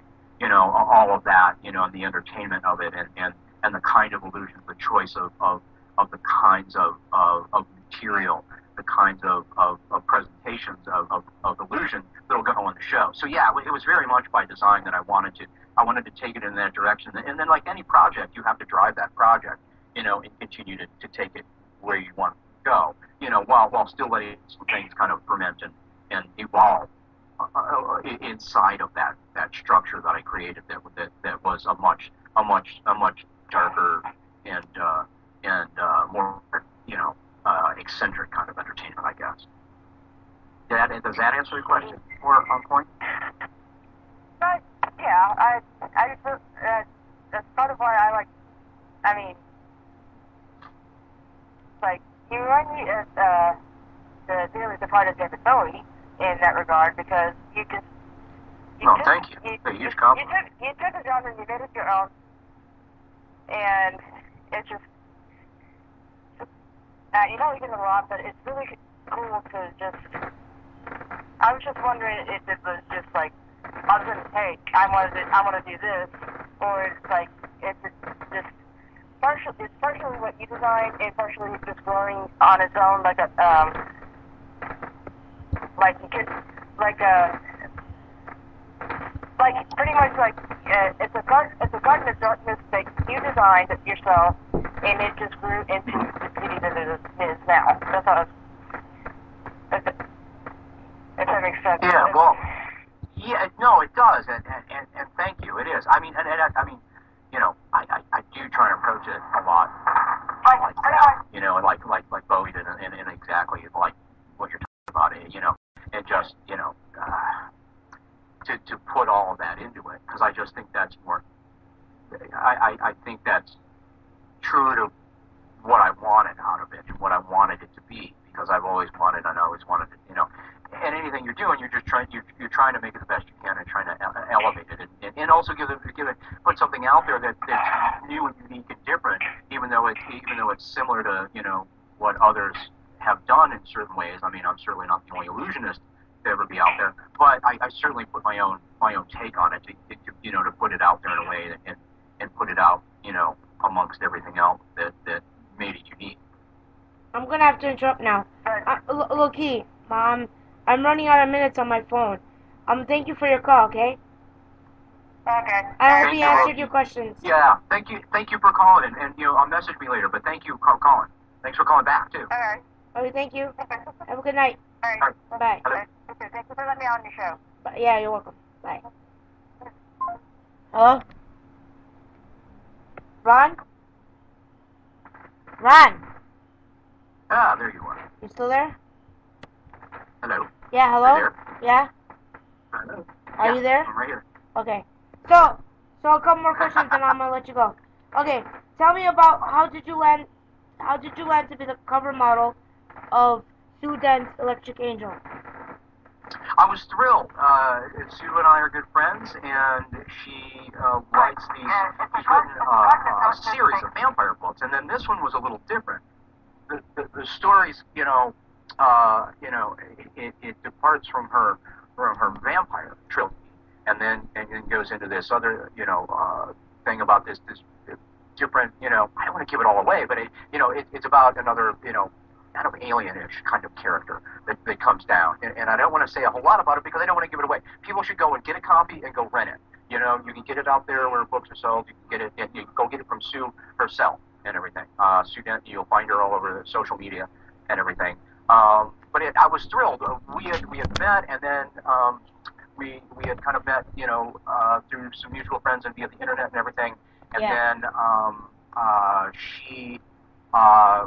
we've got to meet in person finally at a horror convention, and then we worked it all out. And she came up here, and we shot the cover with a good friend of mine who's an amazing photographer, Jim Sorpley of SNS Photo. Mm-hmm. Go find SNS Photo. You find the website, and you also find him on Facebook. But Jim Sorpley, SNS Photo. Great stuff. I've done all kinds of great work with Jim. The Nosferatu photo series, which is just really, really amazing stuff, and so many other things. And he's worked with a lot of different models. But Jim does great photography very distinct, very very wonderful stuff. That's all kind of in the dark genre, Mm-hmm. And so I knew the perfect person to shoot that cover with would be Jim. Sue came into town, and when we got together and went over and shot that with Jim, and I thought we were going to do that. You know, it was kind of it was going to be a photo shoot in like a straitjacket, things like that. And there are some of those photos from the shoot together, because he also did some other shots of us together, you know, for promo, and some single shots of Sue as well. But then the cover wound up actually being, the next thing I knew, I was topless and on the cover of that's the one they chose for the cover of the book. And I love the cover of the book, and I'm eternally grateful to Sue for putting me in the cover of her very awesome novel, you know, and people should go get a copy and go check that out. Okay, we'll do. Now, what merch you gonna be with? What's one merch is gonna be with you at the Festival of the Witch? What am I going to do there? What kind of merchandise you gonna have? With you? The merchandise? Yeah. Yeah, I'm gonna be there all day with merch, and I'll have DVDs of Dark Realm. And if you like it, if you saw it on Amazon or online somewhere, the DVD has tons of extras. There's two behind the scenes. There's a photo gallery. There's interviews. There's a commentary track with myself and Dark Realm co-star and director Vincent Belancio. Okay. So there's a lot of great extras on there. So if you want to come and get the disc, I'll sign it for you. It'll be great. You should come on out. I should have copies of the first issue of Haunting Tales of Bachelor's Grove then. And I've got Dark Realm t-shirts. I've got the Magic Circle logo. You were talking about the Magic Circle logo earlier. The Magic Circle logo of Fitzgerald's Realm of Magic. We've got those on shirts. And they both have the cool, you know, it's like an introduction to illusion, but it's a piece of poetry that's, you know, one eye sees the land of the living, the other the realm of the dead. Between I've always seen the dream that burns in my head. It's kind of a spell, actually, and that's written, and that's on the back of both of those shirts. So if you want to come out, you've got shirts, and there's going to be other items. I've got some photos and some posters, other fun stuff. So Okay. come on out. I'll have that, and then I'll be performing. I'm doing a short set in front of one of the bands later that night. What did you say, about 8:30, 8:45? 8:30 you go on. 8:30. There you go. July. So, yeah, come on out. Check that out. Hold on. I'll be eating razor blades, so I'll tell you what. I will be eating razor blades. Let me tell everybody what day's the show. This show is Festival of the Witch. You can find it on Facebook. The show is Saturday, July 22nd. Hold on. 21st and the 22nd. I know. I will only be there the 22nd. I know. But you can also go Friday as well. It's at Crew Rock Lounge in Berlin, Illinois. You guys can find us on your Google Maps, on your cell phone, or on your computer. He's going to be on stage at 8:30, and it's $20 for a show. Yes, and big thanks to our little mistress that puts this whole festival together, Deborah Steele. Yes. So and my thanks sister. to her. And shout out to her. And I'm one of the sponsors, Pizza Metal Chaos. Yeah. Awesome. See, there you go, and you're going to be there. Huh? Mm-hmm. So, what? So your friend is performing both days, right? Me? Your friend. Lady what? Lady India. She's performing both days, right? Is she she might be on both days. I don't know the whole lineup. But if she is, you definitely got to check her out. You've got to check Lady India. Now, finish the sentence. Last Friday, I...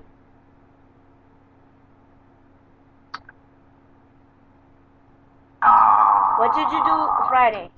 Last Friday, you were doing last Friday. What did you do last Friday? I was probably hammering away on the new website.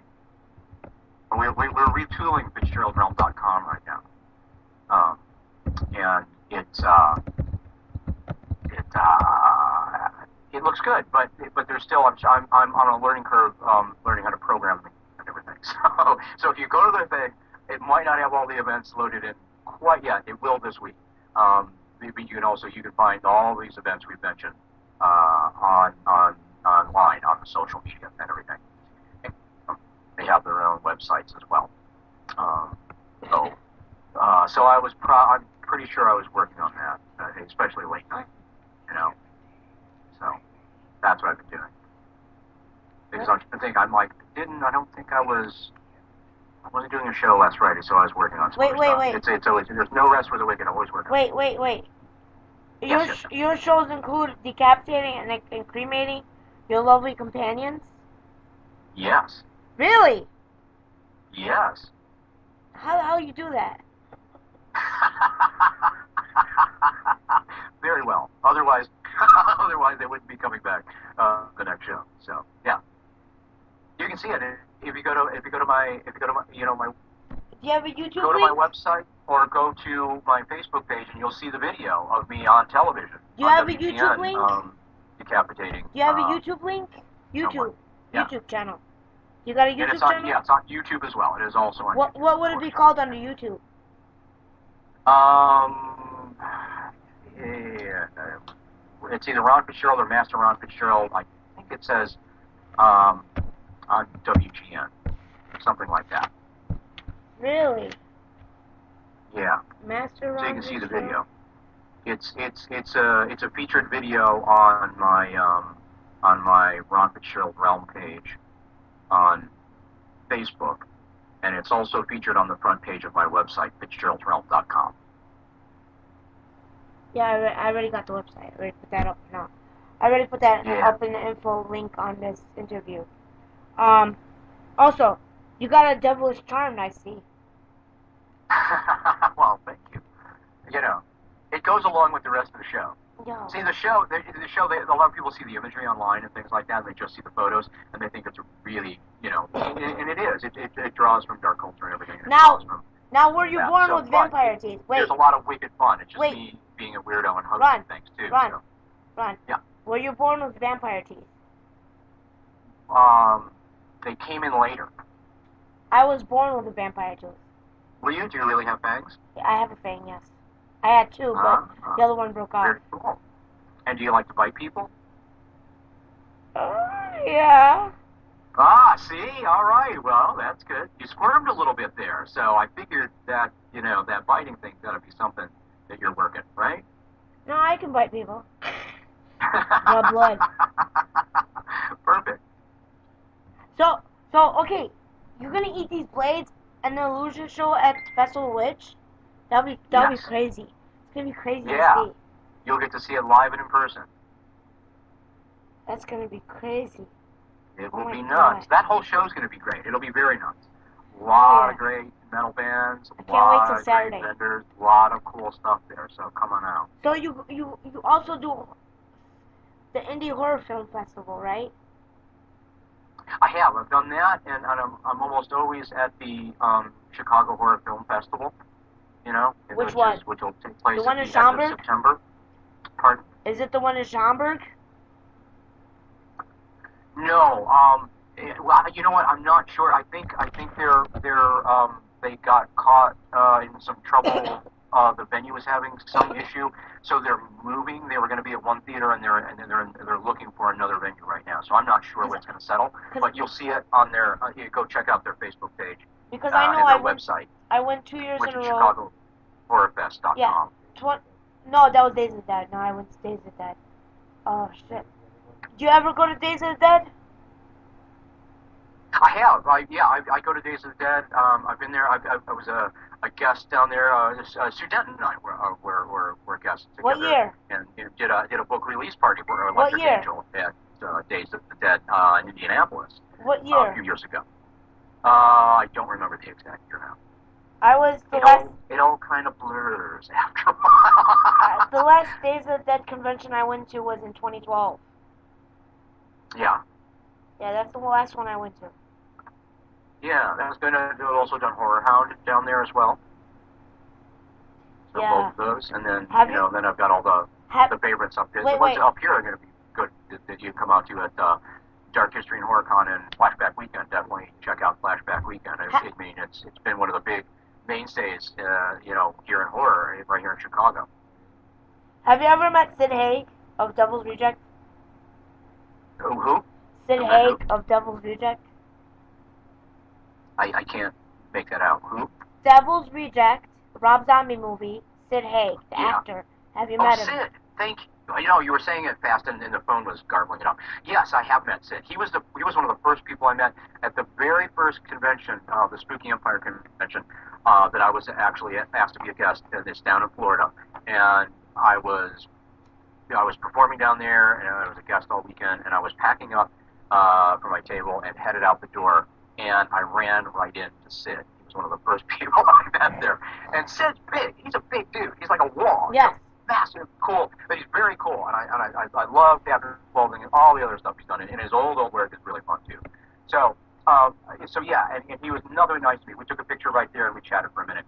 But it's like, how do you miss Sid? Hey, I don't know how the hell I ran into him because I walked right into Sid, and it's like, and he was very cool about it and everything. But it's like you can't miss Sid because he's big as a wall. But he was very awesome, and I like Sid. And his co-star as well. Yes. Come on. Bill.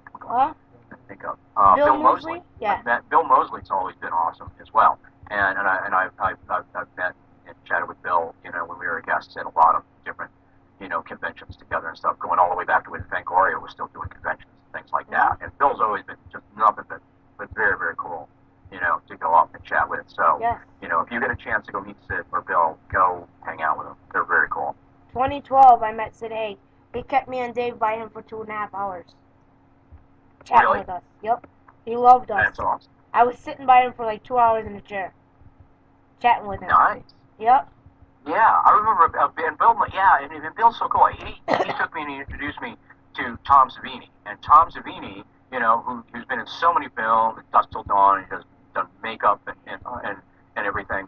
And I didn't know that Tom Savini liked to do close-up magic. He's been up to the Magic Castle, does all that stuff. So Bill Moseley took me over, and so Bill Moseley and Tom Savini and I, we were all three hanging out, and we were watching Tom Savini do close-up magic at his table, which I never knew he did. It was very cool. So because Bill had seen my show that I had done at that convention, and thought it was really, really cool. I loved the show, and he said, you know, that Tom did this. And I'm like, I have no idea. So we went over and hung out with Tom Savini and showed up to close-up magic. Cool. It was a surprise to me. Oh yeah. I'm looking for the picture of me and Sid Haig. It's in my profile picture. I swear to God, I got so many pictures.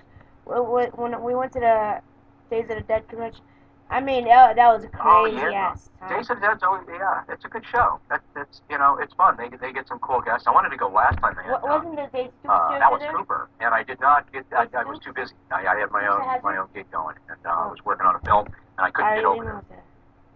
You know Ari Lehman? Ari's a friend of mine. Yeah, Ari's very cool. I've worked in for his band, First Jason and everything. I've done their record release parties, and actually, he was the first guy one of the first guys I worked with doing conventions here. It was it was done by Blackback Weekend, and they were doing a Dusk Till Dawn show at an outdoor, you know, drive-in. Yeah. And they were showing movies and trailers all night long. And before the sun went down, they had entertainment, and it was Ari's band, First Chase, and then my show. So yeah, we did a double bill opener just before the sun went down, and they started showing movies all night. It was quite a kick. It was great fun, and that's when I met him, and we've hung out and done a lot of different projects and different guest spots and conventions and stuff ever since then. So Ari's cool, and it was really fun. It was at the Abbey Pub up in Chicago. Yep. His record release party for. I forget which album it was, but it was a record release party for First Jason, and it was great. I always enjoy him, you know, playing in band and stuff. And Ari's he's another cool guy. He's just a kick to hang out with at cons and stuff. He's very loose and fun. And so if you guys get a chance to go see Ari at any of these events, go say hi. Tell him I sent you. Whatchamacallit, 2012. Back in 2010, not the first time I met him, but I met him before. 2010 at Reggie's, he was doing a show. It was the day of my birthday. He sang to me happy birthday on stage. That's awesome. And that's the kind of guy he is. He'll do stuff like that. He's really fun. Hell yeah, he is fun. And then at the 2012 convention when we saw him, I drew a picture of it, and he signed it for me. Awesome. Yep. That's very cool. I got the picture one of those. I have so many scrapbook folders. Oh my God. I bet you do. Hell yeah, Yeah. I've did so much shit. Horror, racing, metal fishing, everything, man. All of that. Well, I know you said, didn't you say you had like 10,000 photos just from the cemeteries and That's all that's in your my ghost hunting? computers. That's in my 3 computers. Yeah. It's separated in 3 computers alone just to hold all those photos. Yeah, I hope you've got all that stuff backed up. Oh Or yeah, I have probably them comes on. to I that. have them on. Yeah. I have them on SD cards and shit like that. There you go. Yeah, Perfect. and they're on the internet, but on a private webpage. My private webpage. Yeah, and that's Yeah. perfect. You can store them there. You usually back them in a couple places. Put them on a drive somewhere and make sure they're in the cloud somewhere. As long as it's secure, you're all good. Hell yeah. No, all my shit's secured.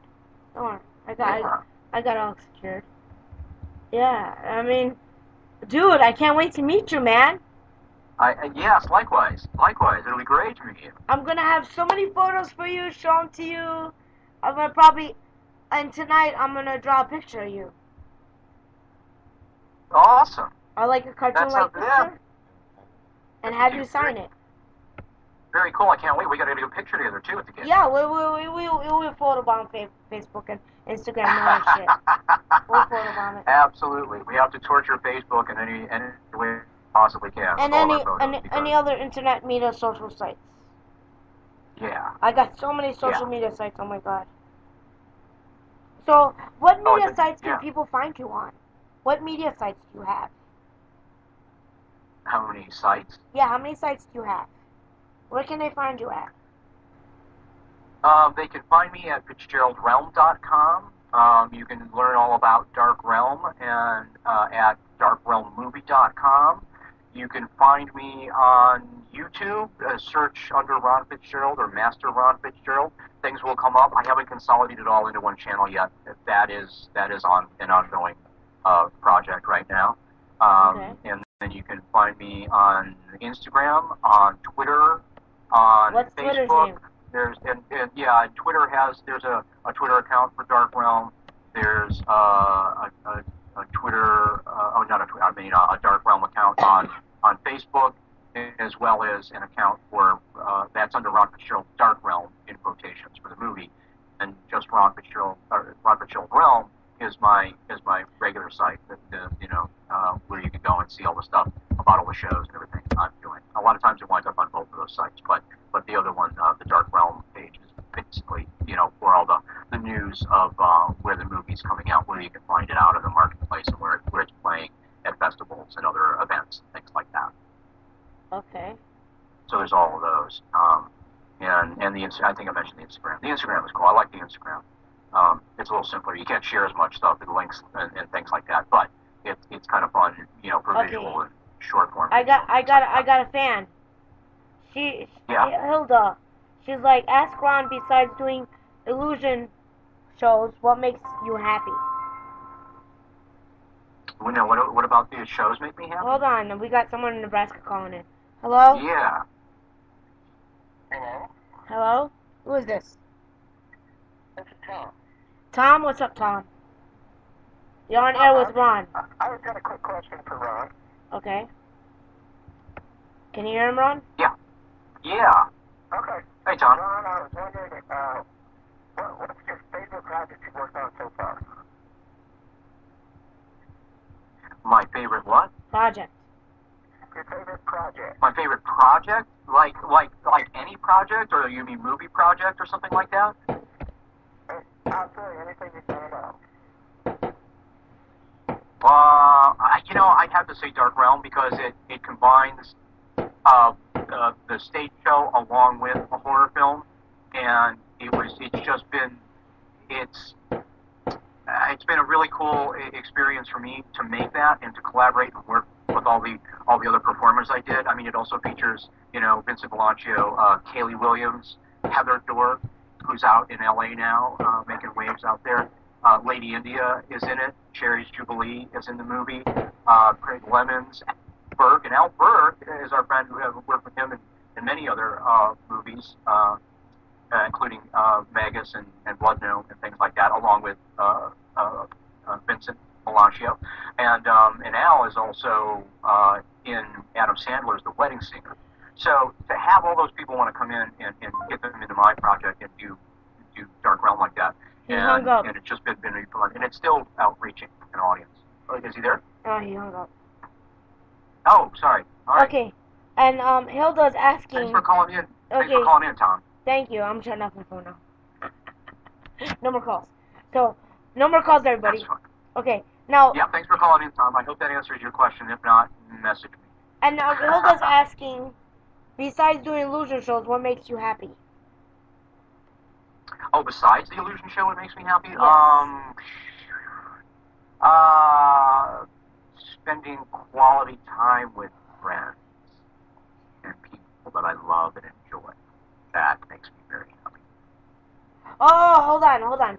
Hilda asked, Yes. do you have a girlfriend? Mm-hmm. Hilda wants to know, do you have a girlfriend? Yes. You have a girlfriend. Okay. I do. Okay. Yeah. Well, sorry, Hilda, he has a girlfriend already. And then Heath is asking, with everything you've done, Yeah. Another person in the chat box asking, with everything you've done, the dark genre, is there any path you would like to explore that you haven't? Anything I'd like to explore that you haven't other yet? than the things I have? Yeah. Yeah. Well, I want to explore all those things further, and I would love to do projects where I get to. I would like to continue to take stuff and make some edgy, interesting projects with illusion and film work as well, exploring characters. But I'd like to do something more long form on television. You know, whether it was something on one of the streaming sites or something on cable or or the more mainstream venues. I would really like to do either an illusion special or something like that, or a series of something where I got to go out there and share my brand of dark sticky fun with people. Really? So yeah, there are other things like that I'd like to explore. Man, they're calling in, they're messaging me, they're posting comments on the chat box. Dude, you got a lot of fans. Awesome. We have like fucking 5 calls already. Wow. Yeah, we're doing good. I thank you, everybody who's listening, everybody who called, everybody who's messaging. Thank you. I'm glad you guys showed up to ask some questions and stuff like that. It's very fun. I gotta get more magicians and illusionists on my show, and authors. I gotta switch my show around a little bit, too. Besides. Yeah, I mean, you could always expand, and anybody. You have a lot of people, performers around what you do and all that stuff. Oh, I've done expansions. Definitely, get more authors get on. You should get Sue Dent on the show and others. Yeah. Yeah, get me Sue Dent. Send her my way. I definitely will. And send me the cover, the model. I want to talk to this model. The one in Sweden. Model? Which model? The one in Sweden. The one you were friends with. Oh, Anastasia. Yes. She's in the UK. She's in London. I could interview her. Yeah. For Skype. That's an easy interview. What? Hello. Yeah. Hello. Ron. Hello. Yeah. Okay. Yes. I said I could interview her through Skype. Absolutely. Yeah. Oh, yeah. Absolutely, you can. Yeah, you can go online and use Skype and call in that way. Yeah. It'd be fun. Yeah, I'll call in when you're interviewing her. That would be fun. And you could call it too and torture her with questions. You know? Yeah, you should talk to others. You should talk to Vincent Blanchio. You should talk to I will. Lady India. You should talk to Lady India when we're at the Festival of Witch when she's I'll when interview she's there, her there. I'll talk to Lady India about doing an interview. I will interview her there at the show. Mm-hmm. I'll do the interview there live. Yeah. Also, that'll be perfect. Also, I want to mention to everybody who's listening right now, and if you live in a Midwest area or if you're willing to travel to Festival of Witch is going to be Saturday, July 21st and 22nd, Friday and Saturday. But Ron Fitzgerald is going to be performing at 8:30 at the Crew Rock Lounge in Berwyn, Illinois. Like I said, Google Map it. It's on Google. Just write Crew Rock Lounge, KREW, and you can find the Festival of the Witch on Facebook. And it's going to be 8:30. It's going to be 8:30 live on stage. Before he's going to be on stage and after he's going to be on stage, he's going to be selling his merchandise. Make sure you guys visit the show. It's only $20 to get in. It's very cheap. Make sure you guys come. I want to see everybody. I want to meet everybody. I'll say hi to everybody. And I'm sure Ron will say hi to everybody. Everybody there will say hi to everybody. And you guys can meet Lady India. And you guys can meet the one who booked the show, Deborah Steele. And my favorite band's going to be playing there Saturday night, Corner Sanctuary from Pennsylvania. See, there you go. There's going to be a ton of great bands out there. Yes, and tons of bands. Out there too. Yeah. So Psychomancer. Check out. If you love music, if you love lots of great, it's going to be doom thrash metal and stuff like that, come out to this show. It's going to be doom thrash, heavy power. It's going to be a mix of genres of all types of metal. Make sure you guys come to the show. Well, Ron, thank you for your time, buddy. Thank you, Tanya. Thank you so much for having me on. This has been very fun. I liked all the questions you asked, and we got to talk to the audience a bit. So, thank you. Thank you so much for having me on. Oh, hold on. There's another message. Hold on. We got another question. Hold on. Okay. Hold on. We got another question. Hey, can you ask? It's from Miranda. Hey, can you ask Ron what is the ask Ron what is the meaning of dark and sticky fun?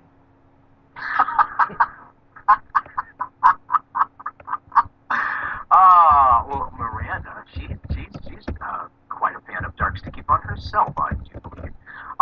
Dark sticky fun, well, it speaks to many things. It's meant to be provocative and sound provocative, which of course it does. But on one level it could mean, Halloween and candy, and there's dark sticky fun. On other levels, it could mean, dark culture, and the sticky fun is, well, of course, something more of a more sensual nature right there. How sticky that is does dark it get? sticky fun, but it's really open to your interpretation.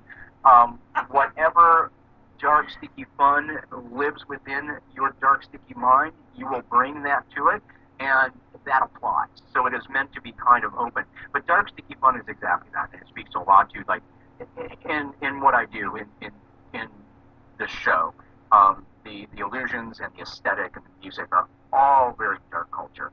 And the sticky fun is probably me and my wicked humor and my unusual personality hosting all of that. So there's your dark sticky fun right there. And I hope that answers Miranda's question. If not, I'll have to demonstrate for her later. She's asking one more. How many girls do you spank a day? How many what do I want to say? How many girls do you spank a day? Oh, how many girls do I spank a day? That would depend on the dungeon scheduling, and I'm not the one who does that. I will have to speak to the dungeon mistress and see exactly who we have booked for in there. But I will save a spanking bench for Miranda. Okay. Thank you, Miranda, for asking the questions. Okay, now I gotta let you go because everybody's coming in right now and asking questions. Understood. All right. Well, thank you again. Thank you. But stay on the phone. Stay on the phone. And love the show, and looking forward to meeting you at Festival of the Witch. Stay on the phone. Any last words? That was it. Okay. Dark sticky fun, everyone. Come out to Festival of the Witch, have dark sticky fun, and meet both Tanya and I. Right? Tanya, yeah. How's that? Yeah, that's good. Yes. Hold on. Come, hang with us, right? Yes, come hang with us. That's right. Yes. Festival of the Witch. Don't miss